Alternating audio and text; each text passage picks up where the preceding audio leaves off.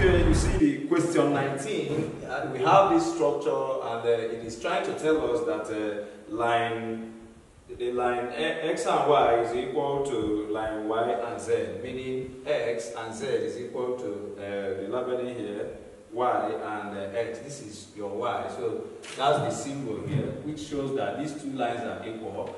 And when the two lines are equal, this is an isosceles triangle, and that makes the base angle equal also. So I called here x and x, which proves that the base angles are equal, and the sum of the angles in a triangle is equal to 180. Therefore, for me to get the remaining angle inside this, we will say just that 180 minus 130, which will give you 50. So these two base angles summed up together to give you 50. That means that x plus x is 2x, which will give you 50, such that 2x is equal to 50.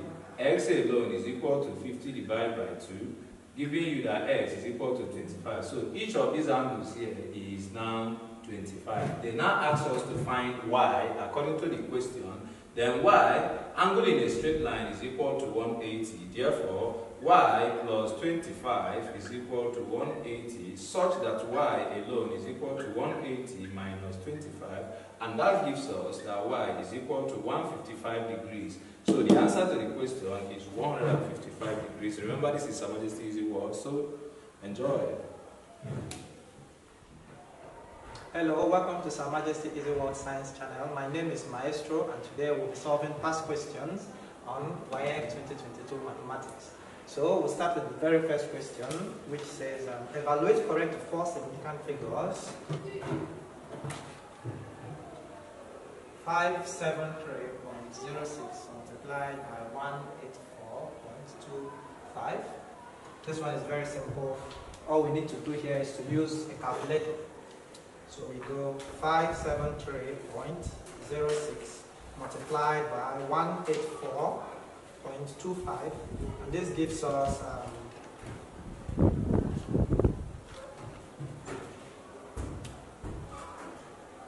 this gives 105,586.305, but we are approximating to four significant figures. So we count 1, 2, 3, and then we round this one up. So you get 105,600.00. And then in the options, that is option A is the correct answer for this one. Moving on to the next question. Next question says, change 432 in base 5 to a number in base 3. So we have 432 in base 5 to a number in base 3. So we need to change this to a number in base 3. So the first thing we do is to change to base 10 first. So to convert this number to base 10, we have 432, put 0 here, 1 here, 2 here. So this gives us 2 times 5 raised to the power 0 plus 3 times 5 raised to the power 1 plus 4 times 5 raised to the power 2. This is 2 times 1 because 5 raised to the power 0 is 1. Every mathematician should know this. Then 3 times 5 gives us 15 plus 4 times 5 squared is 25. 25 multiplied by 4 should be 100. So the answer here is 2 plus 15, 17 plus 100, 117. But this is not the final answer, of course. We now have to convert 117, which is in base 10. We have to convert it to base 3. So we can divide by 3 and write out the remainders. Everyone should know this. So 117 divided by 3. Of course, we have to be sure it is divisible by 3. Or you can use your calculator if you don't want to waste too much time on this. But then we should know that the rule of divisibility for 3 is you sum the digits of the number, and if the sum of the digits is divisible by 3, then the number is also divisible by 3. So 1 plus 1, 2 plus 7, 9, which means 117 is divisible by 3. And the answer should be 39, because I know this. Now we divide this by this, we get 39, remainder 0. Divide by 3 again, we get 13, remainder 0. 3 divides 13, that gives us 4, remainder 1. 3 divides 4, that gives us 1, remainder 1. 3 here, 0, remainder 1. So the final answer here is 11100 from bottom to up, like this. Base 3, which is option B. Now for the third question, it says, given that A and B are set such that the number of elements in A is equals to 8, the number of elements in B is equals to 12, and the number of elements in A intersection B is equals to 3. It says find the number of A union B. So the first thing, we have to understand the question. We have to draw a Venn diagram for this. So a Venn diagram looks like this. Something like this. So the number of elements in A is 8. So I guess we put 8 somewhere here. The number of elements in B is 12. So we put our 12 here. And then the number of elements in A intersection B is 3. So 3 here. So that means we have to subtract 3 here and subtract 3 here. And then it says find the number of elements in A union B. Okay, very easy thing. So here we have the actual value for this place is going to be 5 because 8 minus 3 is 5. And here 12 minus 3 is 9. So 5 in A only, 9 elements in B only, and then 3 elements in A intersection B. So now to find the number of elements in A union B, that is not the sum of the total elements in A and those in B. So we have 5 plus, of course we have to write what we are calculating first, the number of A union B is equals to 5 plus 3 plus 9, which is equals to 12 plus 5, 17. I hope that's correct. Yes, option B is 17. Okay, number 4 question. It's a question on solve. I'm going to write it out on the board. The square root of 24 plus the square root of 96 minus the square root of 600 is equals to y root 6. It says find the value of y. Very easy. So what do we do here? We are going to reduce this. So we know that 24 is 6 times what? 6 times 4 gives us 24. 96 is 6 times what? Let's check. 96 divided by 6 gives us 16. 6 times 16 is 96. Minus, here we have 6 times 100. Okay, so we can see that this is square root of 6 times square root of 4. If we break this down, plus square root of 6 times square root of 16 minus square root of 6 times square root of 100, which is equals to, of course, 6 is not a perfect square, so we're going to leave it like this. But here we can see that the square root of 4 is 2. So 2 times square root of 6 is going to give us 2 root 6. Plus, square root of 16 is 4. 4 times square root of 6 is 4 root 6. Minus square root of 100 is 10. 10 times this gives us 10 root 6. And now to simplify this, of course, everyone who has studied mathematics should know that only like sorts can simplify. And these are like sorts because they have the same number under the square root. So root 6, root 6, root 6. So what do? We take the coefficients here, 2 plus 4 minus 10. So we write 2 plus 4 minus 10 in brackets, root 6. 2 plus 4 is 8. 8 minus 10 is minus 2 root 6, which is our final answer. So we can say that the value of y is equals to minus 2, which is option C. Okay, so number 8 says evaluate 23 times 54 mod 7. If you're familiar with modular operations, you should know that it deals with remainder. So what we simply need to do is multiply 23 by 54. 23 times 54, that gives us 1242 mod 7. And now the rest is simple. We simply need to divide this number here by 7 and then write out the remainder. So 1242 divided by 7 is going to give us 177.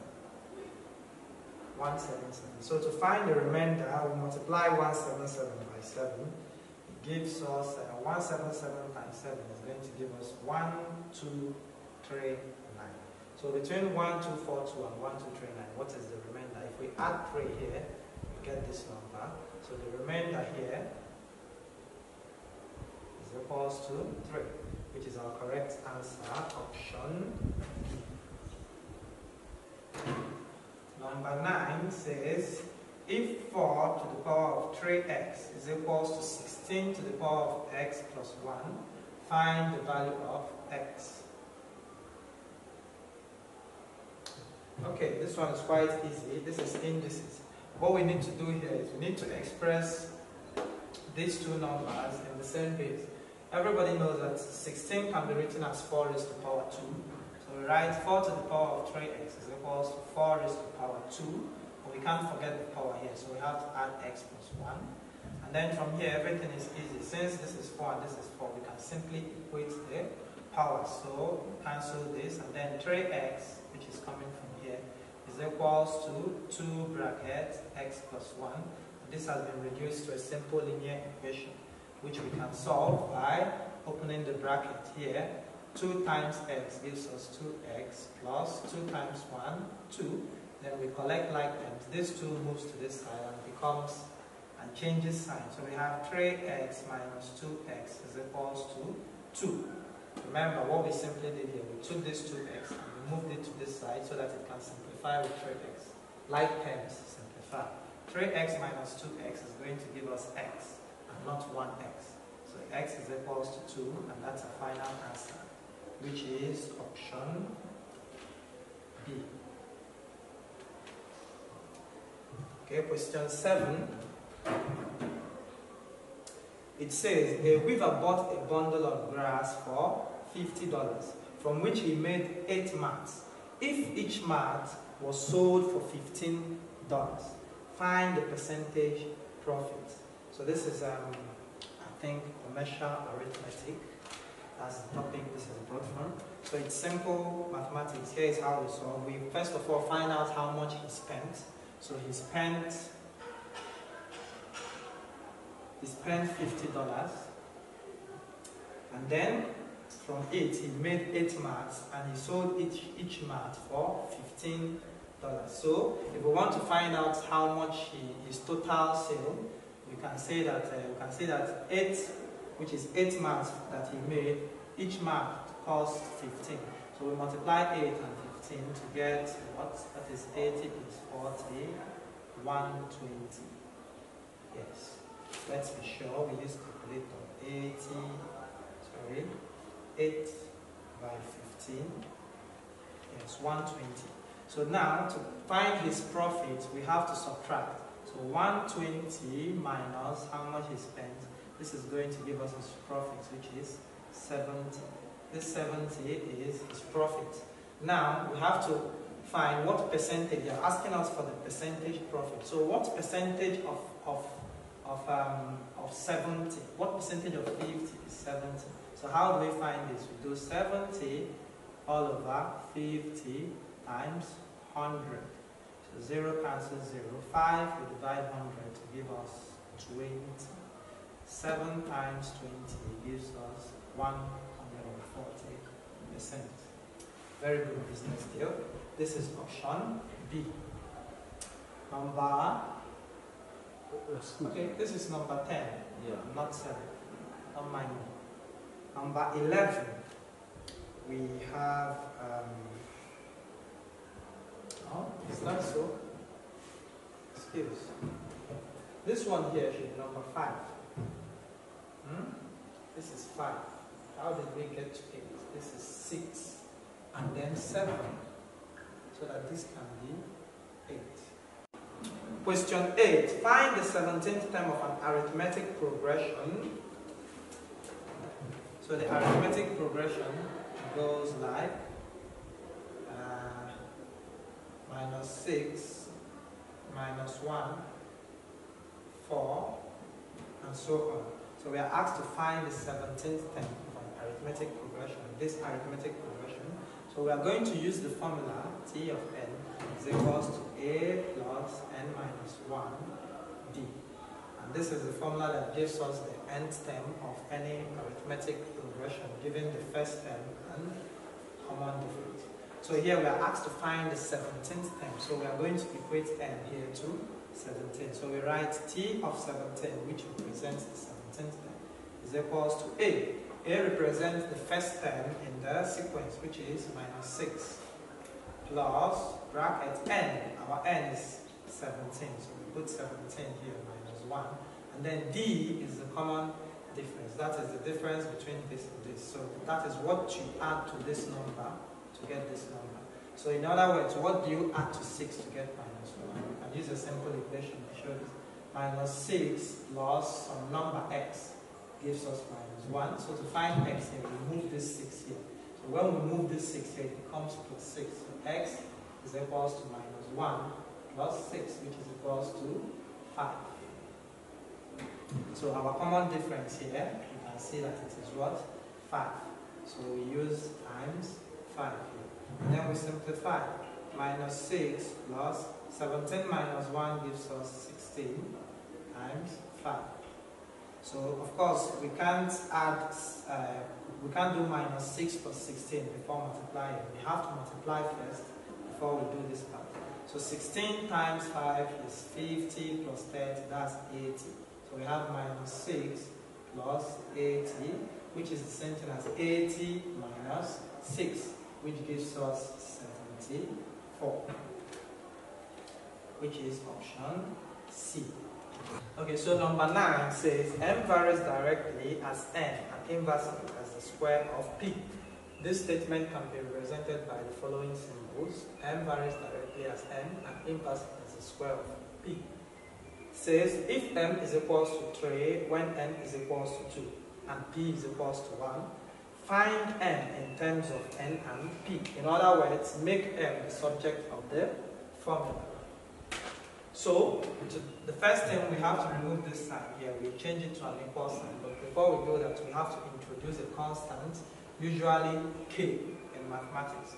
So we write m is equals to k n all over p squared. That is the first thing we do. And then we find the value of this k here by using substitution. We substitute these values here for m, n, and p, and then we get the value for k. So before we do that, we have to make k the subject of the formula. So we can multiply both sides by p squared all over n. Here, p squared all over n, so that n cancels n, p squared cancels p squared. The only thing left on the right hand side is k.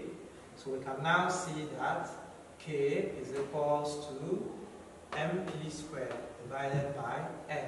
mp squared all over n. And this is gotten by, of course, we know that there's a multiplication here, but we must not write it.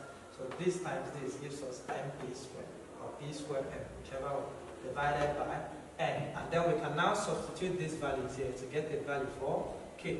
So k is equals to m is 3 times p is 1, p squared, 1 squared, divided by n, which is 2. So this gives us 3 times 1, 3, divided by 2, 3 over 2. So the value of our k is 3 over 2. So now we come back to our formula, which says m is equals to k n all over p squared.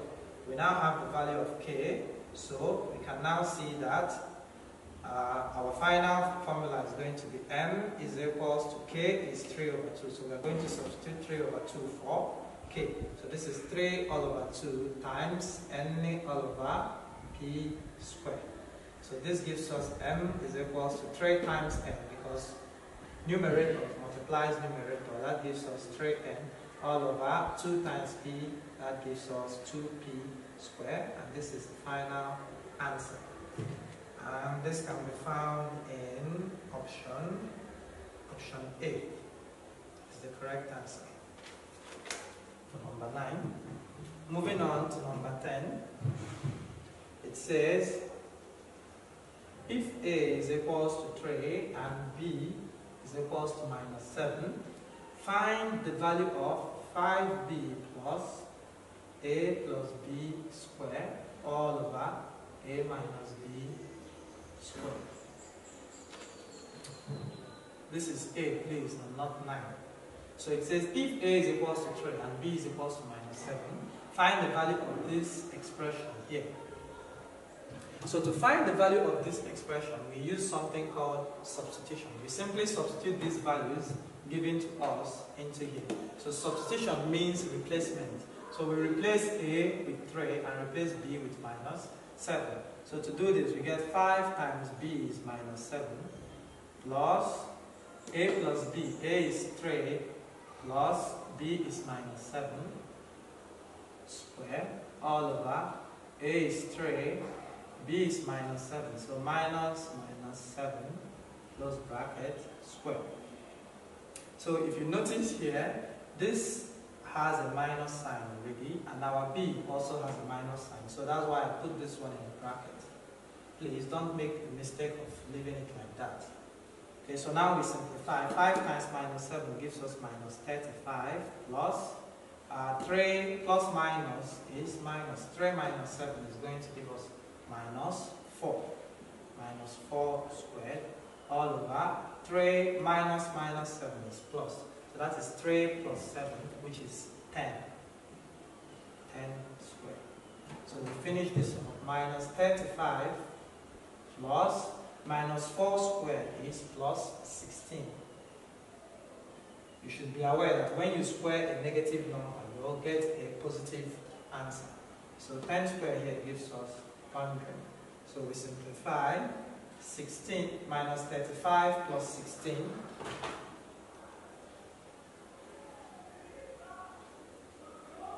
that's minus 19 all over 100, and this can be expressed as decimal minus 0.19, which is option C. So number 11, it says 3 boys shared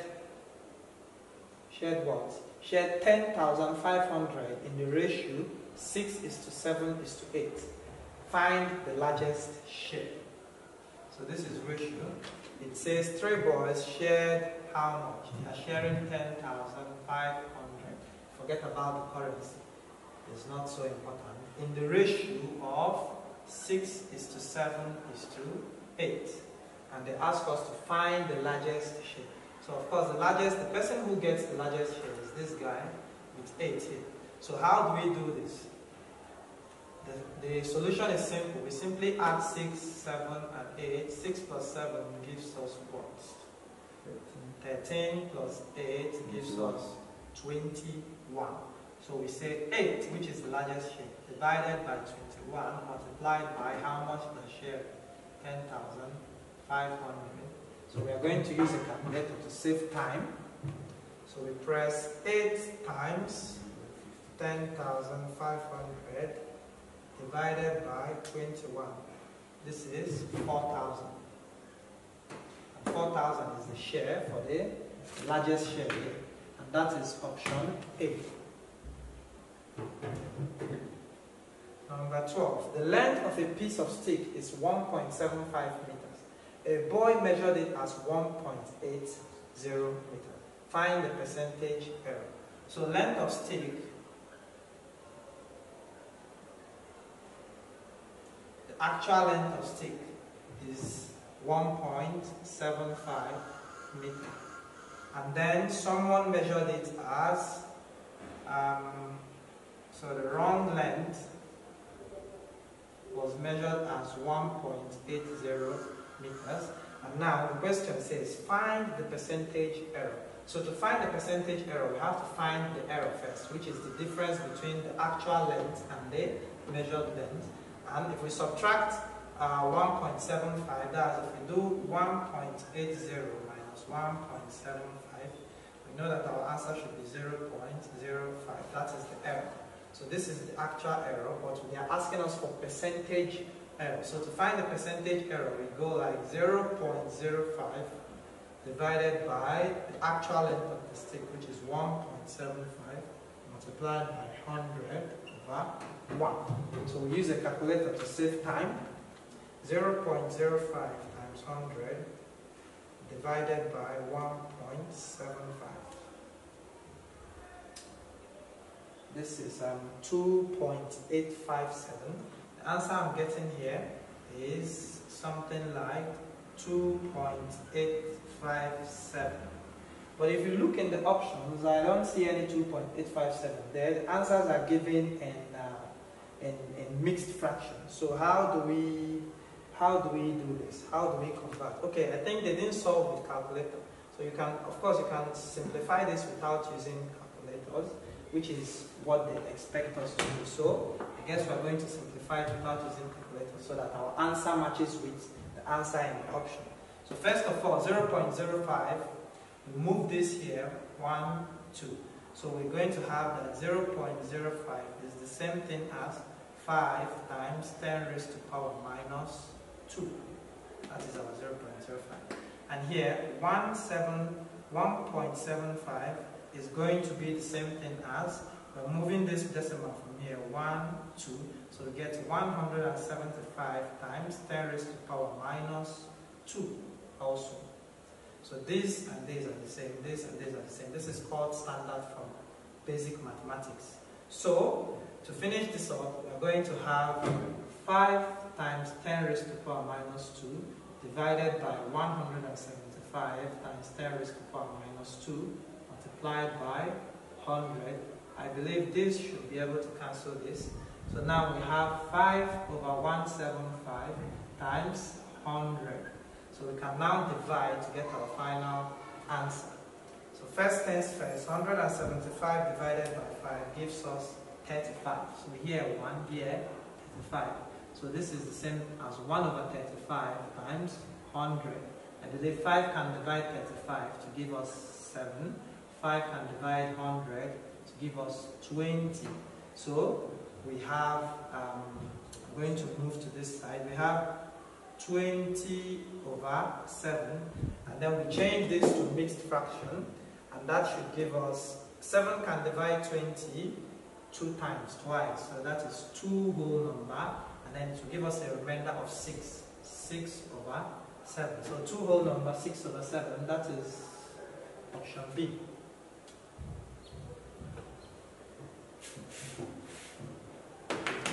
Number 13 says, if 5x plus 3y is equals to 4, if 5x plus 3y is equals to 4, and 5x minus 3y is equals to 2, it says, what is the value? What is the value of? What is the value of 25x squared minus 9y squared? In bracket. So the question gives us, if 5x plus 3y is equals to 4 and 5x minus 3y is equals to 2, what is the value of this? So how do we solve this question? It requires some knowledge of mathematics. There's something in maths called the difference of two squares. So basically, if I have 5x plus 3y multiplied by 5x minus 3y, if I expand this, I'm going to get this 25x squared minus 9y squared. You can try that in your book and see for yourself that it is true. So if this times this is going to give me this, and then we are given that the value of this is 4 and the value of this is 2. That means that this is the same thing as 4 multiplied by 2, which means what we should have here is 8, which is option D is the correct answer for this one. Number 14 is a word problem. It says, Mary has $3 more than Ben, but $5 less than Jane. If Mary has X dollars, how much does Jane and Ben have all together? It's a simple word problem. It says Mary has $3 more than Ben. Okay, we are going to represent Mary with X because the question already says if Mary has X dollars. So if Mary's money is X, this is the amount that Mary has. The question says Mary has $3 more than Ben, which means you will have to add, you have to give Ben $3 extra so that he has the same amount as Mary. It means that Mary has more money than Ben. So we write this as X is equals to, let B represent Ben's money. Ben's money plus an extra 3. That is what the first sentence says. But $5 less than Jane, which means Jane has more money than Mary. So X is going to be what? If Mary has $5 less than Jane, how do we express this? It means that X is going to be J, which is our Jane, minus 5, which means you have to subtract 5 from Jane's money to give you the same amount that this person has. So now the question is saying, if Mary has X dollars, as we can already see, how much does Jane and Ben have all together? So what we can do here is we make B the subject of the formula from this equation, we make J the subject of the formula from this equation, and then we add these two together. So here is equation 1. So from equation 1, we can see that B is equals to, we move this 3 to the other side, and then we get X minus 3. So B is equals to X minus 3. And then from here, which is our equation 2, we can see that J is equals to X plus 5. And please remember, when solving an equation, whenever a number or a letter crosses the equal sign, it changes sign. So if plus 3 should move from here to here, it automatically becomes minus 3. And if minus 5 should move from here to this side, it becomes plus 5. So now this is the amount that that Ben has in terms of Jane's money, and this is the amount that Jane has in terms of Mary's money. So they're asking us, how much does Jane and Ben have all together? So Jane plus Ben is equals to, Jane is X plus 5 plus Ben is X minus 3. So this is simple algebra. You can say that this is X plus 5 plus X minus 3. So we collect like terms, X plus X, X plus X, plus 5 minus 3. X plus X gives us 2X, plus 5 minus 3 gives us 2. So 2X plus 2, which we can factorize to give 2 bracket X plus $1.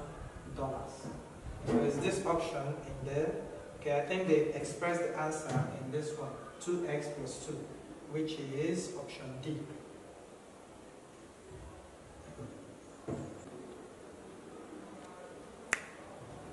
Okay, so number 15 says, consider the statement P, Stephen is intelligent.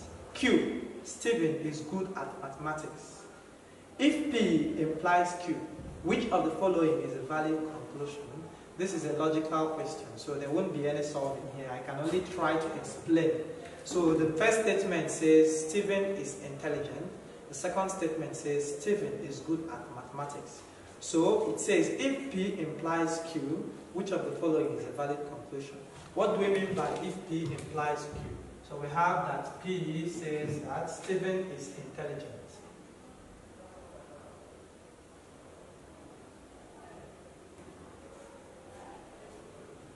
And then Q says Stephen is good at mathematics.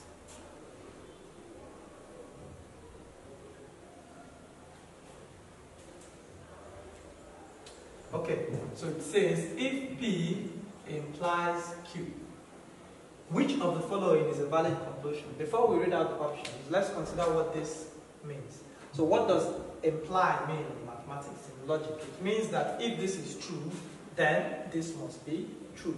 So it means that if P is true, then this must be true. If this is not true, then this is also not true. So the options there, A, if Stephen is good at mathematics, then he is intelligent. So the first question, the first option, you might be tricked into thinking that the first option is correct because it says if Stephen is good at mathematics, then he is intelligent. But that is saying that Q implies P and not P implies Q.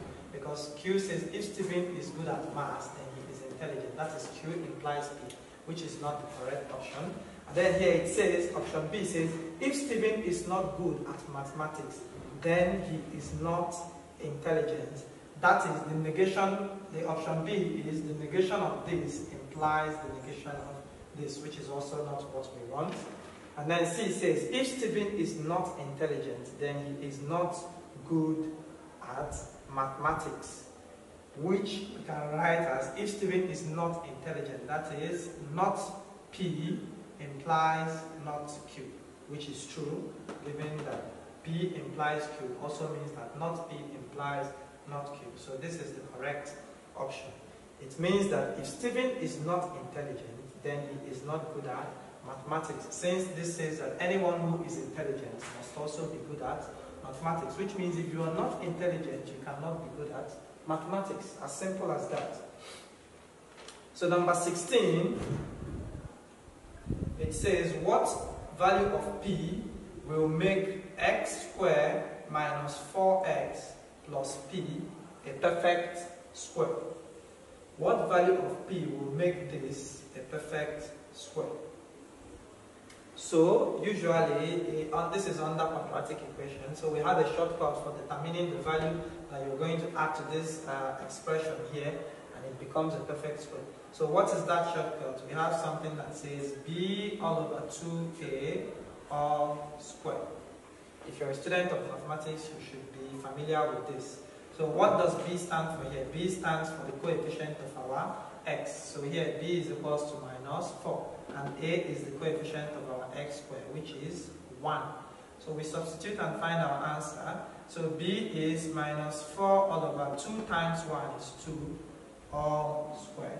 This gives us minus 4 divided by 2 is minus 2, still squared. Minus 2 squared is minus 2 times minus 2, which will give us plus 4. So our answer is 4, which is option C. Number 17.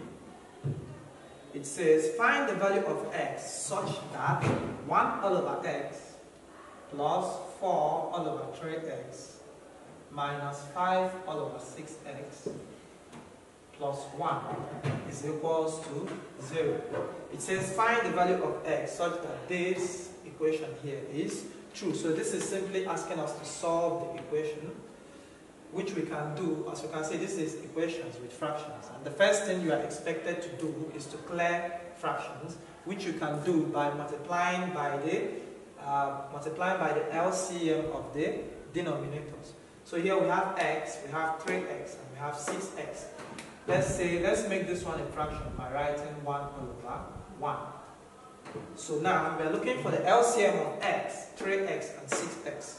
Which everyone knows should be 6x. Remember, LCM is the lowest number or the lowest term that a group of numbers can divide. So we see that the lowest number that all these things can divide is 6x, because x can divide 6x, 3x can divide 6x, of course without remainder. And 1 can divide 6x. So we have chosen our denominator here, 6x, and then we draw a big line. X divides 6x to give us 6. So 6 times 1 is 6. Here, 3x will divide 6x. 3 divides 6, 2. X will cancel x, so we have 2. 2 times 4, here we have 4 times 2. Remember, this is a sign for multiplication. It's an alternate sign aside from the usual x, but it saves more space. And then here we have 6x dividing 6x, which is 1. 1 times 5. And we have this. Then here we have 6x divided by 1, which is 6x. 6x times 1 is 6x, equals to 0. Now what do? We simplify the numerator. So we have 6 plus 4 times 2 is 8, minus 5 times 1 is 5, plus 6x all over 6x is equals to 0. 6 plus 8 is 14. 14 minus 5 should be 9.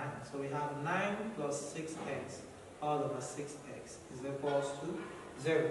So at this point, we simply do something called cross multiplication. This multiplies this, and this multiplies this. So we can see that 9 plus 6x times 1 is the same thing as 9 plus 6x. It doesn't change, which is equals to 6x multiplied by 0 gives us 0. So now we have that 9 plus 6x is equals to 0. We can now move 9 to this side, so that 6x is equals to, when 9 crosses the equal sign, it becomes minus 9. We divide both sides by 6, this cancels this, and x is equals to minus 9 over 6. And then we can reduce this to the lowest term by dividing all through by 3. 3 divides 9 to give us 3. 3 divides 6 to give us 2.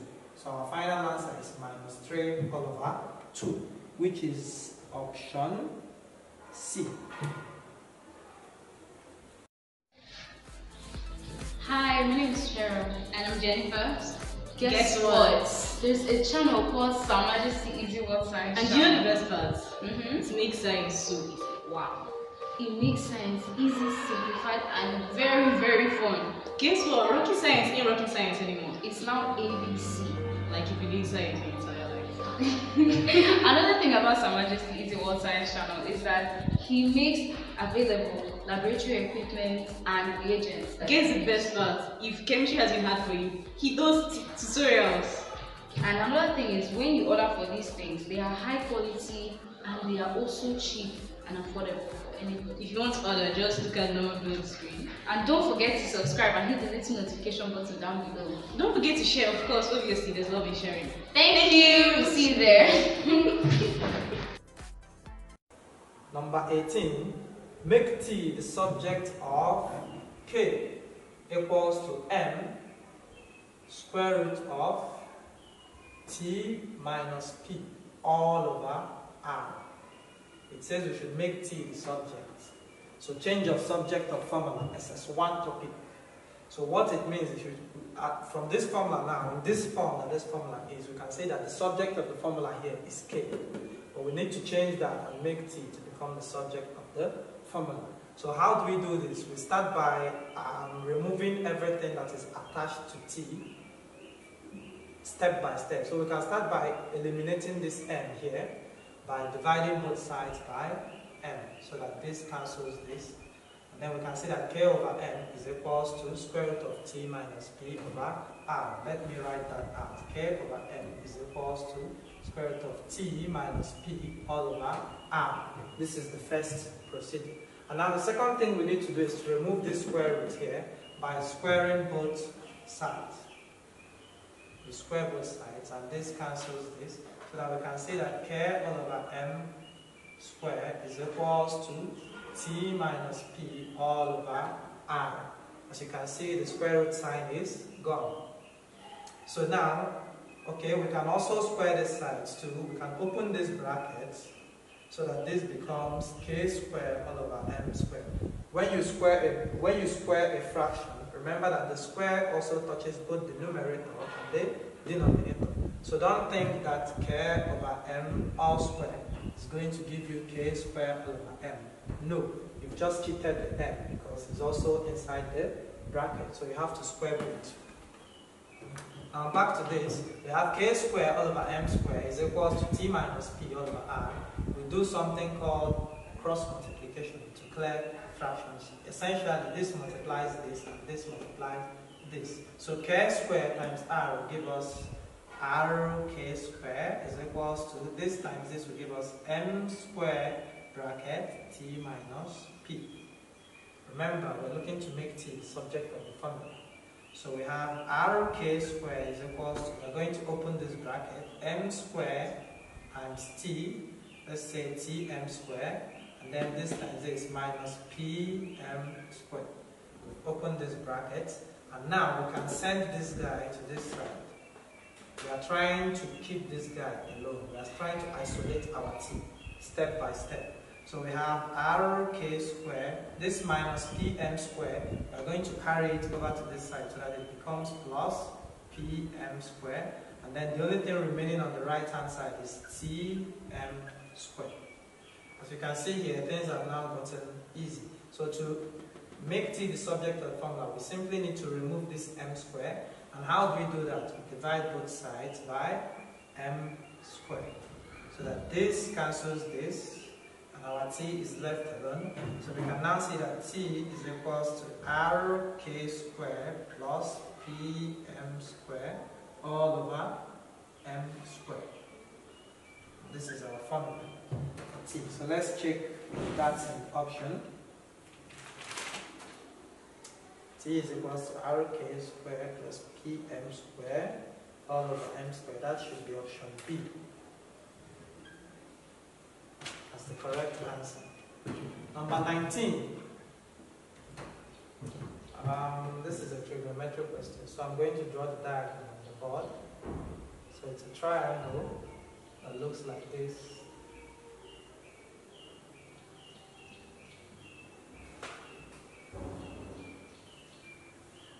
Here.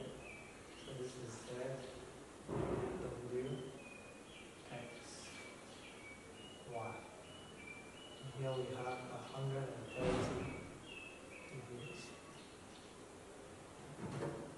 Okay, so here it says in the diagram, XY is equals to YZ. That is XY is equals to YZ, which means this is an isosceles triangle, which means these two sides are equal. Obviously, you can see this by the signs on the sides. This sign here shows that this line and this line are of the same length.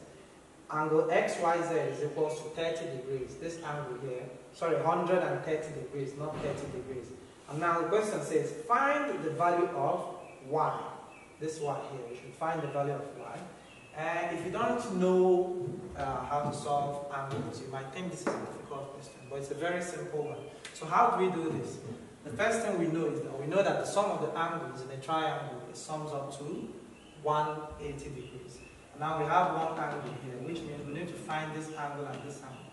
So given that this is an isosceles triangle, one of the properties of an isosceles triangle is that the two sides are equal, which also means that the two base angles are also equal. So which means this angle here is equal to the angle here. So let's call this angle, let's call it X. So here is X. So we can now see that if here is X, since this and this are equal, that means here is also X. So we can now say that 130 plus X is equals to 180.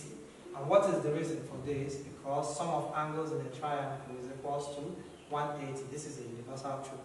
So we have 130 plus X gives us 2X. Is equals to 180. And we have to find the value of X here. So to do that, we move this 130 to this side. So this implies that 2X is equals to 180 minus 130. And when we do that, we get what? That 2X is equals to 50. Divide both sides by 2, this cancels this, and X is equals to 25 degrees, which means this angle and this angle is 25 degrees. And you can check this because 130 plus 25, 25 plus 25 is 50. 50 plus 130 will give you 180, which means the sum of angles in the triangle is 180. Okay, now to find the value of our Y, there are two ways we can do this, but we are going to use the easier way. So we know that the angles on a straight line sum up to 180. So here is our straight line, and then this point like this, and here is our X, and here is our Y. So we know that X is 25 degrees, but we don't know the value of our Y, which is what we are being asked to find. So to find Y, we simply write Y plus 25 is equals to 180. The reason for this is because angles on a straight line sum up to 180 degrees. So we say Y is equals to 180 minus 25, which gives us what? Y is equals to 155. Am I correct? Yes. 155 degrees. Let's see if that's in the option. Yes, that is option D. 155 degrees. Okay, so question 20 says, an exterior angle of a regular polygon is 22.5 degrees. Find the number of sides. Very easy question. They said that the exterior angle is 22.5 degrees. Now they're asking us to find the number of sides.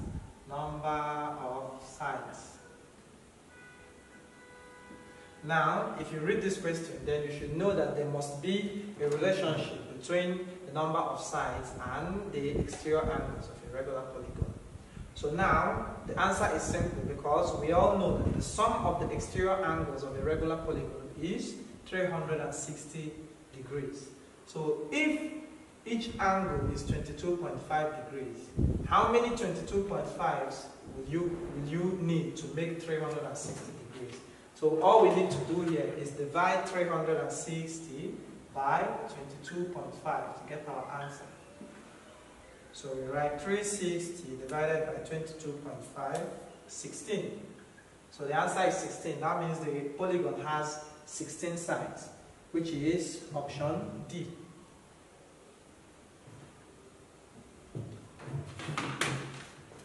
Number 21, it has a diagram. So I'm going to draw the diagram here. We have a circle. Excuse me.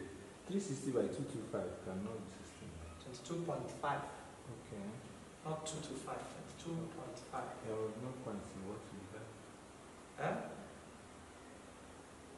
Oh, yeah, 16. I didn't put points. No problem. Oh, that's the 18. I'm not the channel. Because it will be there. Okay. And the question we should have a friend. Okay, so here we have a circle with a center O.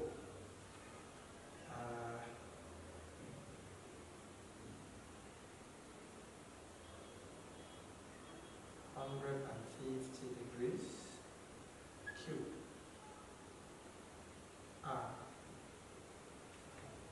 P, S, 4.2 cm. Okay, so the question says, in the diagram, angle POQ is 150 degrees, angle POQ 150 degrees, as you can see, and the radius of the circle is 4.2 centimeters. It says take pi equals to 22/7. Use the information to answer questions 21 and 22. Question 21 says find the length of the minor arc PRQ. The length of the minor arc PRQ. That is the length from the distance from here to here, which is going to be a fraction of the circumference of the circle. So, common sense now tells us that this can be given by, that is the length of the minor arc, can be calculated by, length of minor arc is going to be theta L over 360 times 2 pi r. Since we're talking about length, theta is going to be 150, so we have 150 divided by 360 times 2 times 22/7 times our r is 4.2. 4.2. Okay, here 0 cancels 0. 15 and 36 can be divided by 3. 3 here, 5. 3 here, 12. Okay? So now we have 5/12 times 2 times 22 times 4.2. Okay, so I guess we can use a calculator to make this easier. So we have 5/12 times 2 times 22 is going to give us 44 divided by 7 times 4.2. So let's use a calculator to save us time here. 5 times 44 times 4.2 divided by 12 times 7. Our final answer is 11 equals to 11 cm, which is option A. Option A is the correct answer for number 21. Number 22 says, find the area of the sector OPSQ. OPSQ. The area of the sector, that is this big sector, not this small one. So the area of this place now, we are looking for the area, which is also going to be a fraction of the area of the circle. So the first thing, before we do that, we won't be using this angle 150. We'll be using the angle here instead. So if this is 150, what angle is going to be here? That's 360 minus 150, which should be 210. If I'm not wrong, because 210 plus 150 gives us 360. So this angle here, the reason it sums up to 360 is because angle at a point sum up to 360. Geometry 101. So now we use 360 number 22, we say theta all over 360 times pi r squared. That's the formula we're going to use to find the area of the sector. So now our theta is not 150 but 210. So 210 divided by 360 times 22 over 7 times our r is 4.2, so 4.2 all squared. So 0 cancels 0.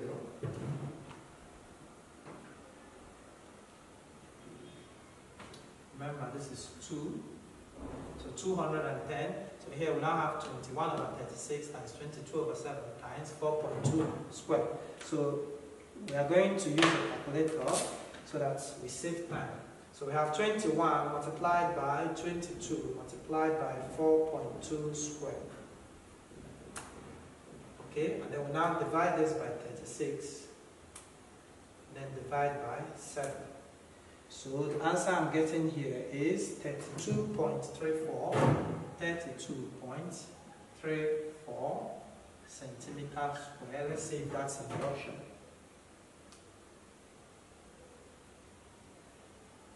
Yes, option D, 32.34. Number 23 says, a ladder 6 meters long leans against the vertical wall at an angle 53 degrees to the horizontal. How high up the wall does the ladder reach?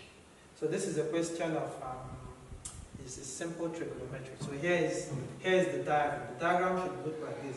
A ladder 6 meters long leans against the vertical wall. So let's suppose here is a vertical wall, and then this is the ground level, and then a ladder leans on it like this. Yeah. So this is our ladder. And then they say that the ladder is 6 meters long. So this is 6 meters. That's the distance from here to here, 6 meters. Leans against the vertical wall at an angle 53 degrees. So this angle here is 53 degrees to the horizontal, because this is the horizontal, so 53 degrees to the horizontal. How high up the wall does the ladder reach? So we are looking for the distance, that is the distance from here to here. Let's call it x.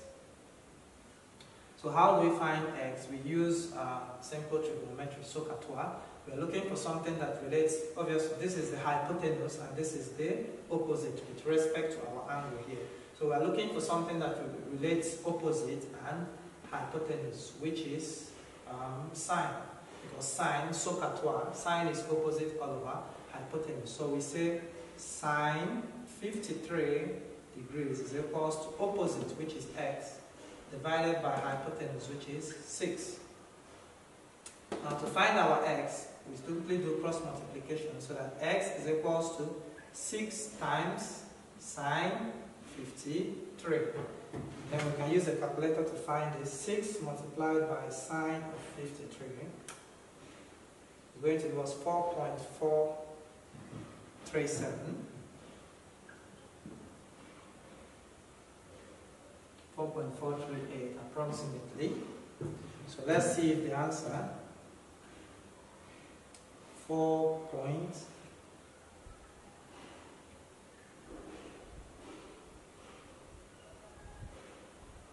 Okay, so as you can see, this answer is not in the options because the answer is obviously wrong. But that doesn't mean that the solution is wrong. What actually happened here is that this calculator is in gradient and not degrees.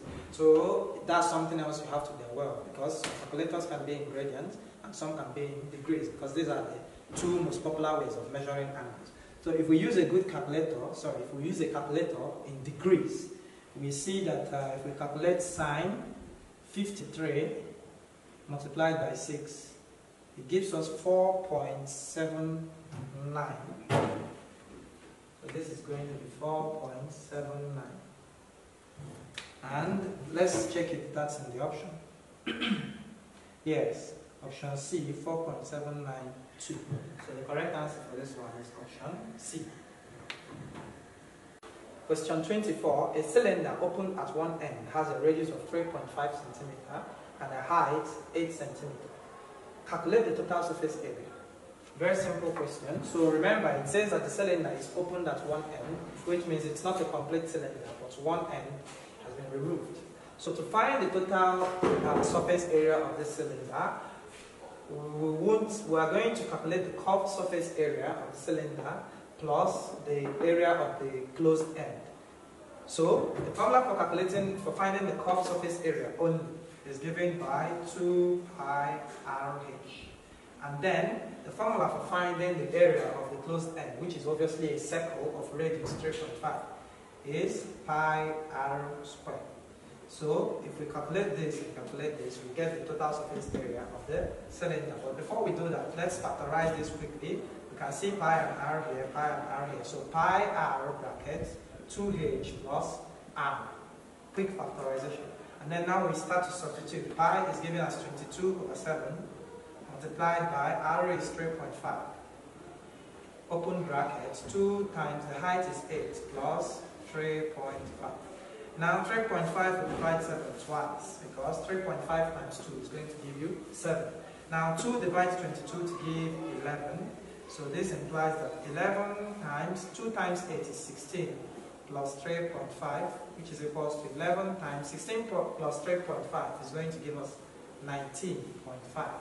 And then we use a calculator to find the final answer. So we have 11 multiplied by 19.5 to give 214.5 centimeters squared, of course. So we check the options there.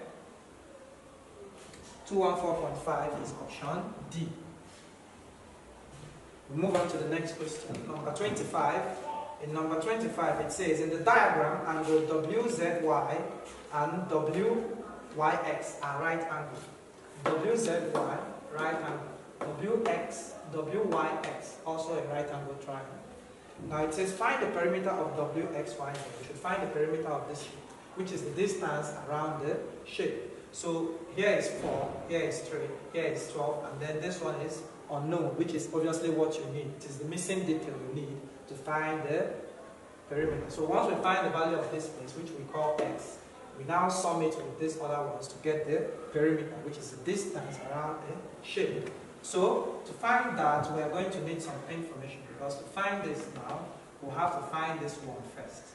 We have to find this from here to here so that we can use that to find it. So if I draw out this small triangle here, it's going to look something like this, with 90 degrees here, 4 centimeter here, 3 centimeter here, and then let's call here y. Now how do we find y, which is our hypotenuse? Here is y. Y is our hypotenuse.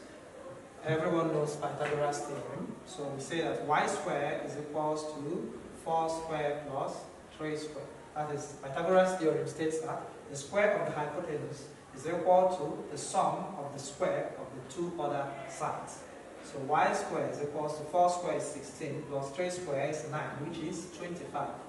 Now y squared is equals to 25. This means that y is equals to 5. Taking square root of both sides, because 5 squared is 25. So you can see that our y is 5, so here is 5 cm. So if this is 5 cm, we can now draw out the bigger triangle and we can analyze it more intricately. So here is 5 centimeter, and here is 12 centimeter, and this is our x. So we're going to use the same logic we applied here, using Pythagoras Theorem to find the value of x. So x squared is equals to 5 squared plus 12 squared.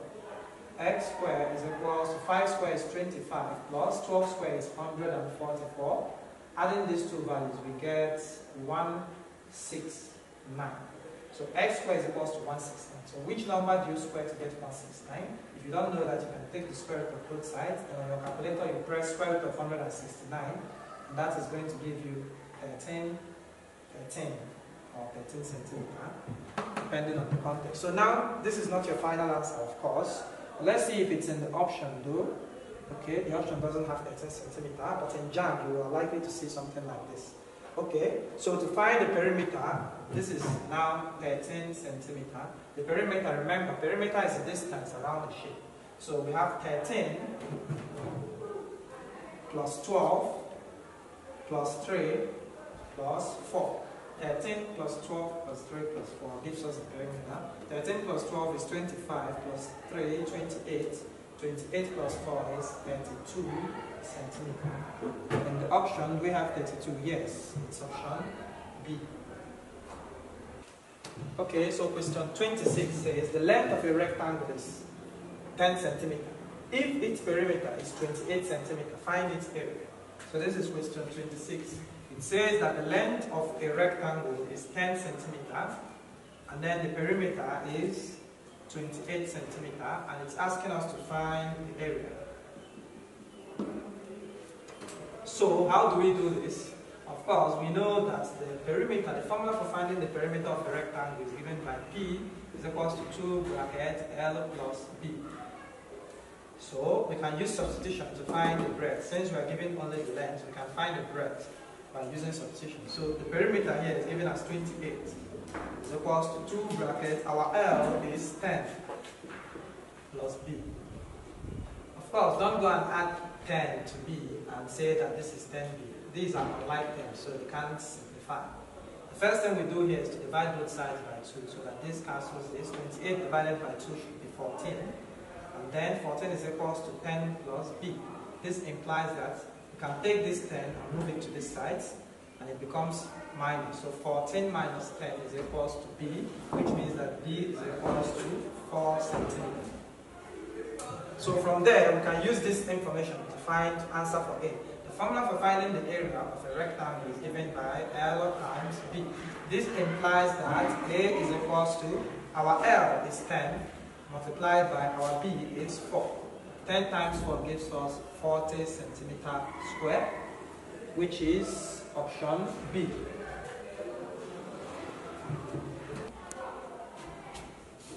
Okay, so number 27. In the diagram, MRW and MNST are straight lines. MN is equals to NR, that is MN and NR, which means this angle, this triangle here is an isosceles triangle. Angle MNR is 110 degrees, as you can see, and angle WRS is 86 degrees. The question says, find the value of X. So we are looking to find the value of the angle here. So first things first, we need to find this angle here. Let's call it Y. And then we find this angle here. Let's call it Z.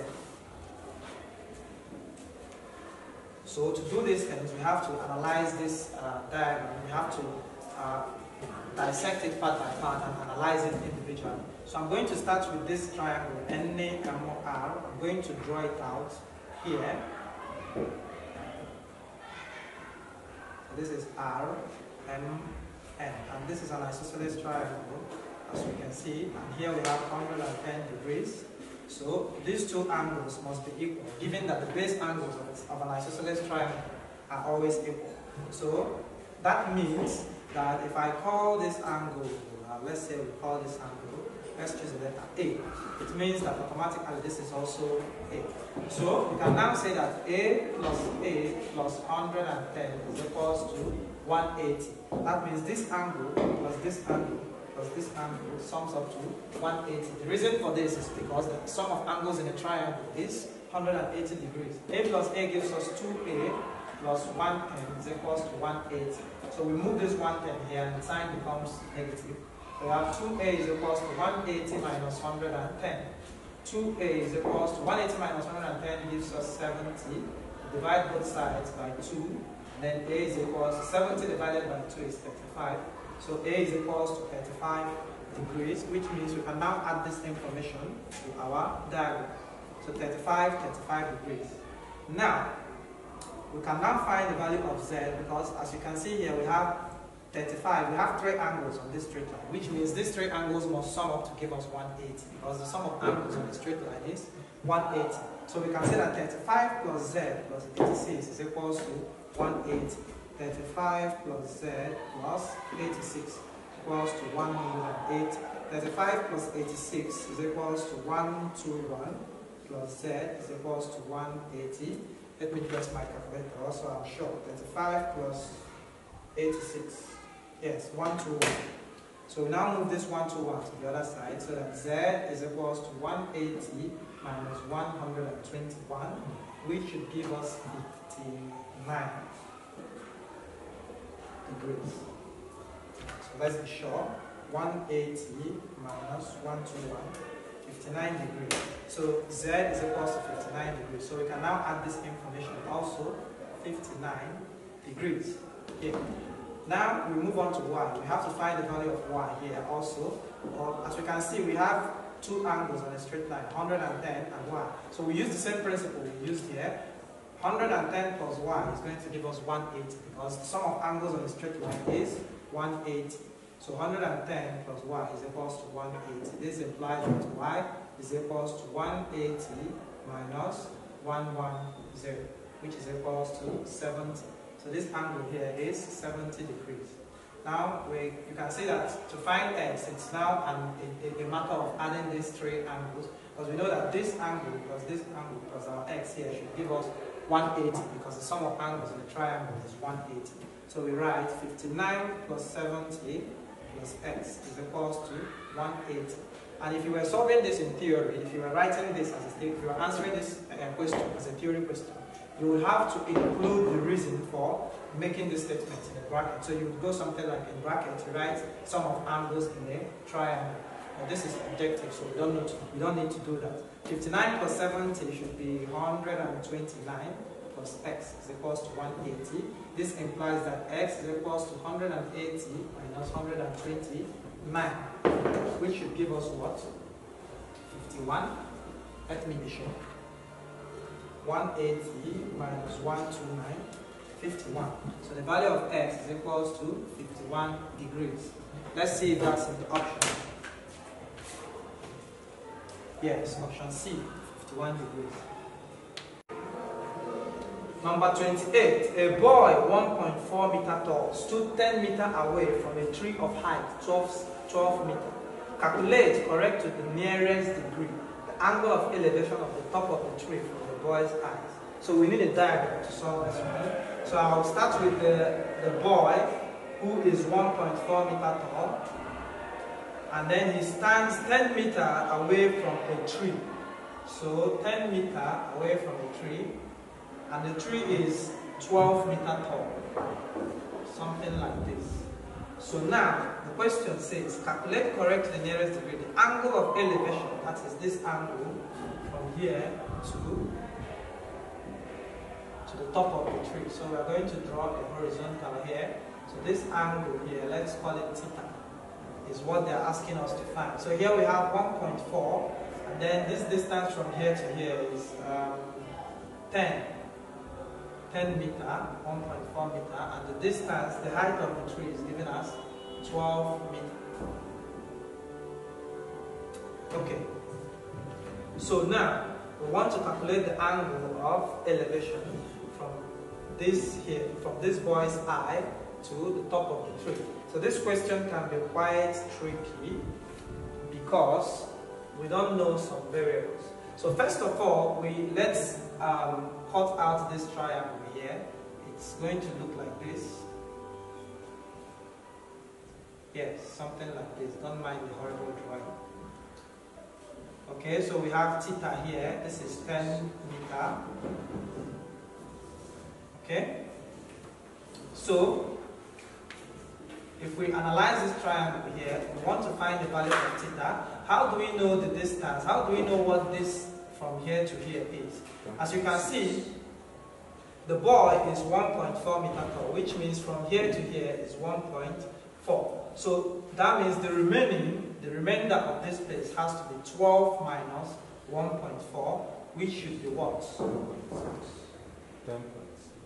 10.6, yes, 10.6. So this from here to here should be 10.6 meters. Now we have 10.6 here, we have 10 meter here. I think this is already an easy question, and we have theta. So we want to find the value of theta. This is our opposite, and this is our adjacent. So we look for the ratio that has opposite all over adjacent, and that should be tangent. So we say tan theta is equals to opposite, which is 10.6, all over adjacent, which is 10. And then that means theta is equals to arctan of 10.6 all over 10, and then we use a calculator to find the answer.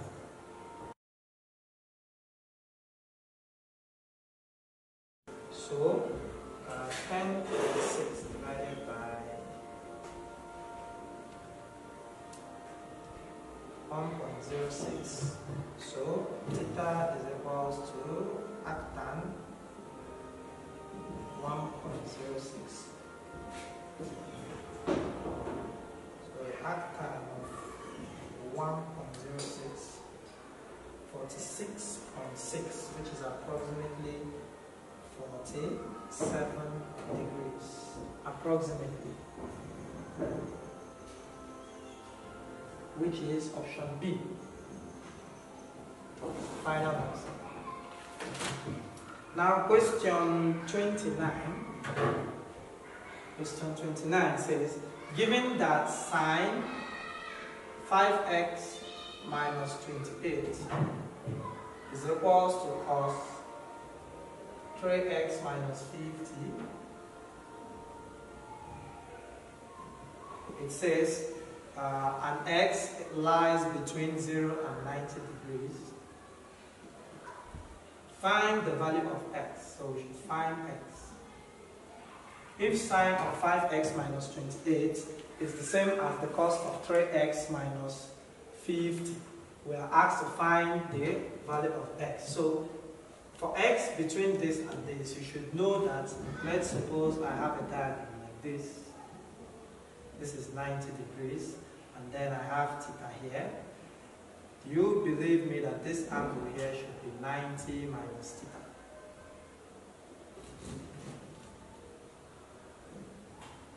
The reason for this is, if we sum these three, we should get 180, because this is 90 degrees plus theta plus 90 minus theta. So we collect like terms, 90 plus 90 plus theta minus theta is going to give us 180, because obviously theta minus theta is 0. So we're left with 90 plus 90. So what does this mean? Let's see what this information can do for us. So the sine of theta, so if we want to find sine theta here, sine theta is opposite all over hypotenuse, which is opposite all over hypotenuse.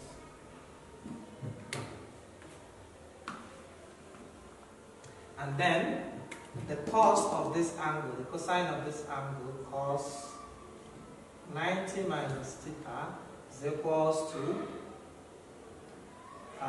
adjacent. Okay, let's call this sides x, y, z. So that opposite all over hypotenuse, opposite becomes y all over x. For this one, opposite, for this angle, opposite is y, hypotenuse is x. So this is y all over x.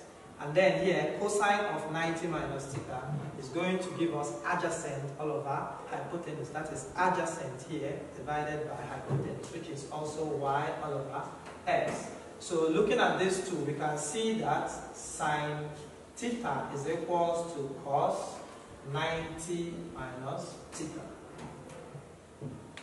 So, how do we use this information here to solve the following question?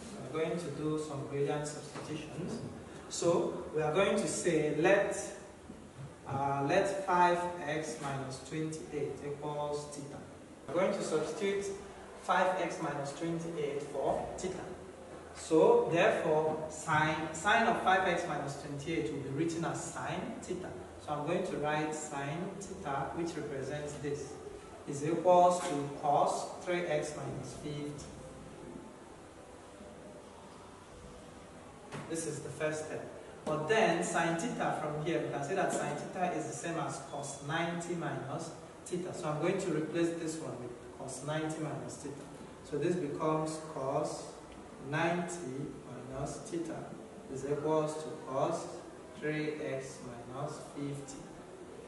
And then we are going to bring back our theta. So we have cos 90 minus bracket. Theta is 5x minus 28. 5x minus 28, close bracket, is equals to cos 3x minus 50.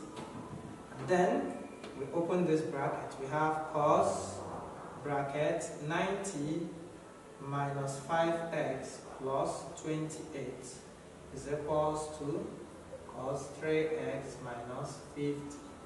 And then here, 90 plus 28 is going to give us 118. Yeah? 90 plus 28, yes, 118. So we have cos 118 minus 5x is equals to cos 3x minus 50. So cos can now cancel cos, and then we can solve this as a system of linear equations. So we have 118 minus 5x is equals to 3x minus 50. We start by collecting like terms. We're going to take this minus 5x, we move it to this side so that it can simplify with 3x. And then we take minus 50, move it to this side, it becomes plus 50. So this implies that 118 won't move. I'm bringing minus 50 to it so that it becomes plus 50 equals to 3x won't move because I'm bringing minus 5x to it so that it becomes plus 5x. Now when we've done this, we sum this to give us 168 is equals to 3x plus 5x is going to give us 8x. And then we divide both sides by 8 to get our final answer. This implies that x is equals to, this should be 221. So I'm going to check the options to see if there is 21 there.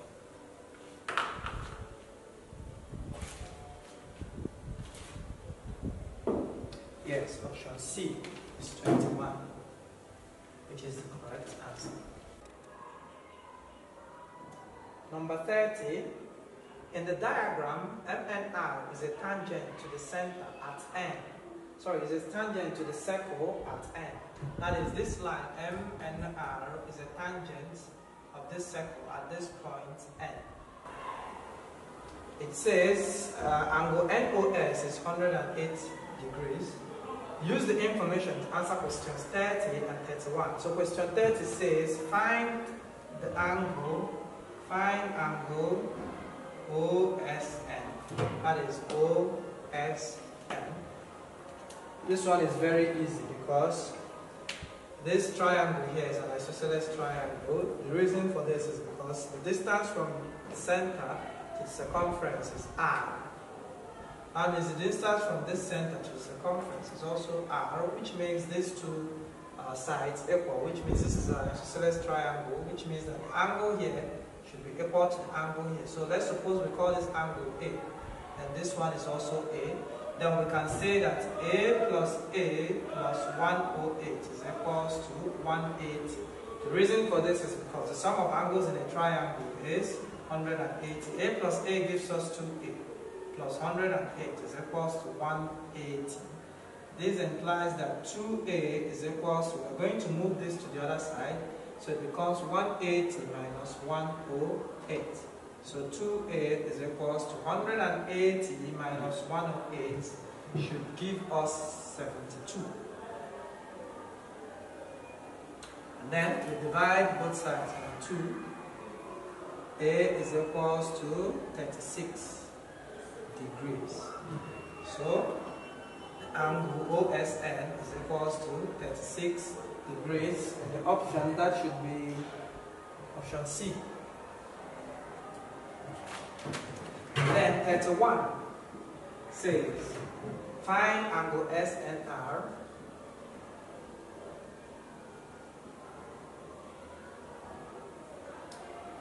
angle SNR. So from here we can see SN, where is R? SNR. Okay, let's have a very good look at that. Angle SNR. Okay, so to find angle SNR, we can, if we look at this, we can tell that this angle here is 90 degrees because there's a second theorem that says that the tangent always makes an angle of 90 degrees with the radius if they meet at a point here.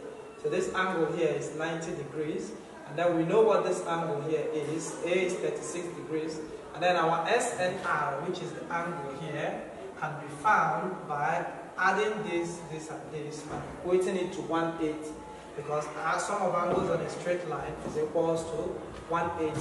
So we can now write this 90 degrees here plus the angle A here, which is 36 degrees, plus our S and R is going to give us 180, because angles on a straight line sum up to 180. 90 plus 36 is 126, plus S and R equals to 180.